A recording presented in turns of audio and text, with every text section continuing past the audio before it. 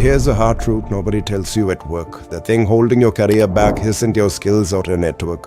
It's something you literally cannot see about yourself. As strategists who have assessed over 500 executives, have seen these invisible forces destroy careers. Today, I'm going to show you what blind spots are, the 3 most dangerous ones, and how to find yours right now. So what is a blind spot? It's the gap between your intention and your impact. Let me explain.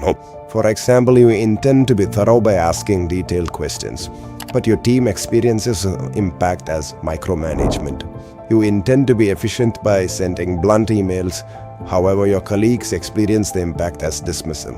Literally cannot see this gap because your own behavior feels completely normal to you, and on the other hand, the higher you climb, the bigger this gap also gets.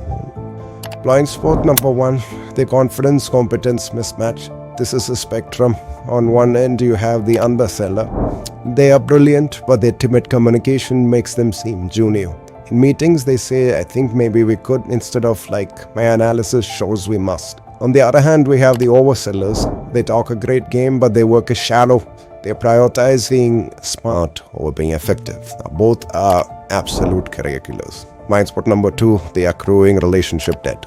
In business, trust is like a currency. Every interaction is a deposit or a withdrawal. Deposits are things like giving credit to others, listening fully, and meeting deadlines. Withdrawals are interrupting people, missing deadlines, or being defensive about feedback. Relationship debt is when your unconscious withdrawals outpace your deposits. You think you're moving fast, but you're actually burning the social capital you need to succeed. Blind spot number 3, when your sickness is strength becomes a trap. This is one of the cruelest one. The very skill that got you promoted is now what's holding you back. Your attention to detail as an analyst becomes micromanagement as a manager.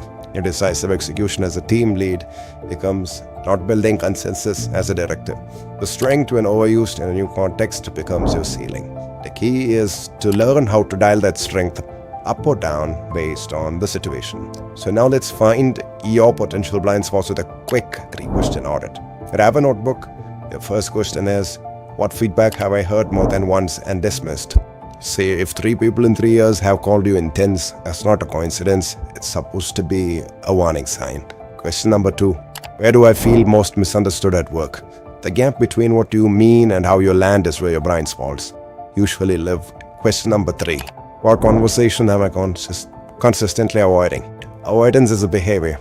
The person you won't give feedback to, the conflict you won't address. That's the giant sign pointing to a blind spot. So, now that you know how to do your audit and find your potential blind spots, what next?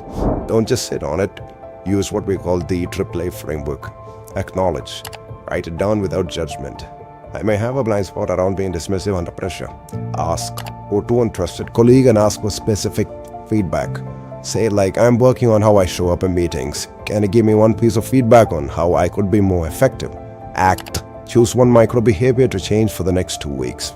Now, if you want to go deeper than a self-audit and get a fully customized weekly action plan on how to improve your leadership, check out the first link in the description and the first comment.